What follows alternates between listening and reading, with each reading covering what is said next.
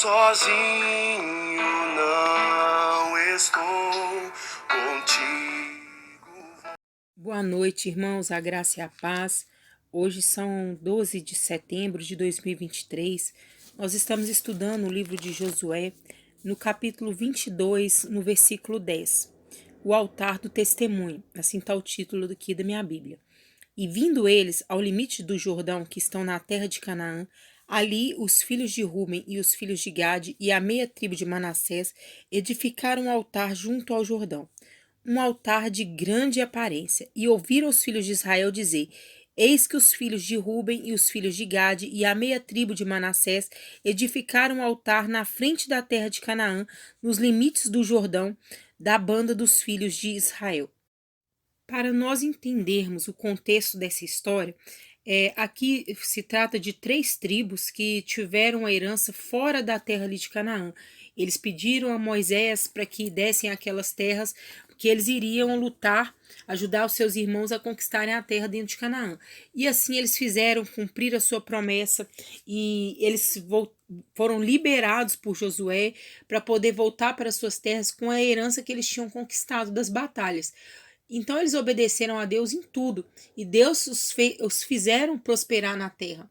E aí, quando eles voltam, eles pegam e falam assim: gente, vamos fazer um altar de adoração, um altar de testemunho, para que quando os nossos filhos crescerem, eles possam lembrar da história que nós passamos, do que Deus fez por nós. E aí, o que acontece? A própria Bíblia relata que esse altar, ele tinha uma grande aparência. E os irmãos que estavam na terra de Canaã ali, viram esse altar e eles entraram em desespero. Eles falaram assim: gente, o povo já está desviando, os nossos irmãos que ficaram do lado de fora estão desviando, estão construindo um altar idólatra, né? Estão pecando contra o Senhor Deus. Então eles reuniram um grupo de líderes ali para poder ir lá e procurar saber o que estava acontecendo. Por quê? Porque eles já tinham passado uma situação com Acã, que tinha roubado os despojos da guerra ali de Jericó, que era de Deus, e Acã vai lá e toma posse daquilo em desobediência ao Senhor.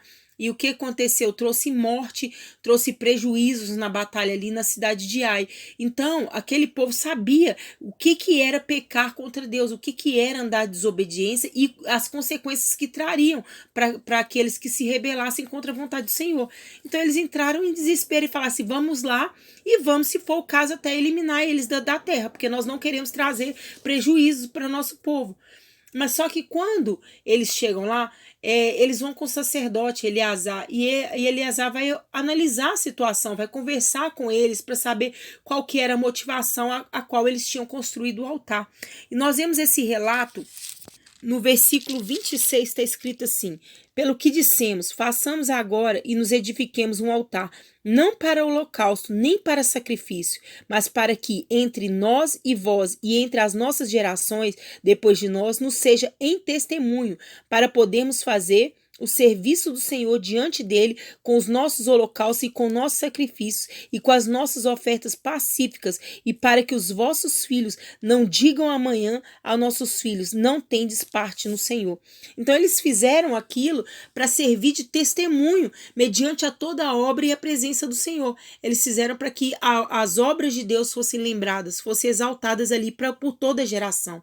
Então, quando Eleazar viu aquilo, ficou feliz, né? Ficou satisfeito com a resposta que ele recebeu, que viu que não era aquilo que eles estavam pensando, né? Viu que era um motivo de santidade, de adoração. E aí, no versículo 31 está escrito assim: e disse Finéias, filho de Eleazar, o sacerdote, aos filhos de Ruben e aos filhos de Gade e aos filhos de Manassés: hoje sabemos que o Senhor está no meio de nós, porquanto não cometeste transgressão contra o Senhor, e agora livraste os filhos de Israel da mão do Senhor. E voltou Finéias, filho de Eleazar, o sacerdote, com os príncipes dos filhos de Ruben e dos filhos de Gade, da terra de Gileade, à terra de Canaã, aos filhos de Israel, e trouxeram-lhe a resposta. Bom, queridos, o que nós vimos ali?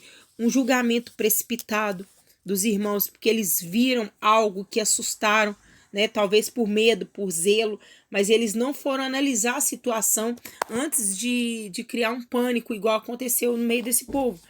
E isso a gente aprende para que quando a gente acontecer boatos, palavras ao nosso redor, para que a gente vá primeiro averiguar a situação, né? Que a gente não crie um preconceito. E eu fui procurar no dicionário o que significava essa palavra preconceito.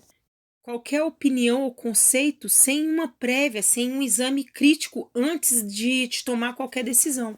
Então, preconceito é isso. Então, nós temos que tomar cuidado com aquilo que nós recebemos das pessoas, com a informação as quais nós vimos, porque Deus, ele fala que ele não julga pela aparência, ele julga é o coração, né? Nós vimos essa história acontecendo quando o Samuel vai ali ungir Davi. Quando ele chega na casa de Jessé, ele pega e olha os irmãos de Davi, eram tudo fortes, bonitos, com boa estatura, e até o próprio profeta ali, Samuel, se iludiu com a presença ali de Eliasabe, achou ele forte, poderoso, falou, não, esse deve ser o rei. E Deus falou com ele, falou assim, olha, eu não olho como o homem vê, eu vejo é o que está no coração. Então, e quem que foi destinado por Deus a ser consagrado? Era o Davi, era o menorzinho da casa, era o que estava lá fora, cuidando de ovelhas, né? Então nós temos que tomar cuidado com os nossos julgamentos, com os nossos preconceitos.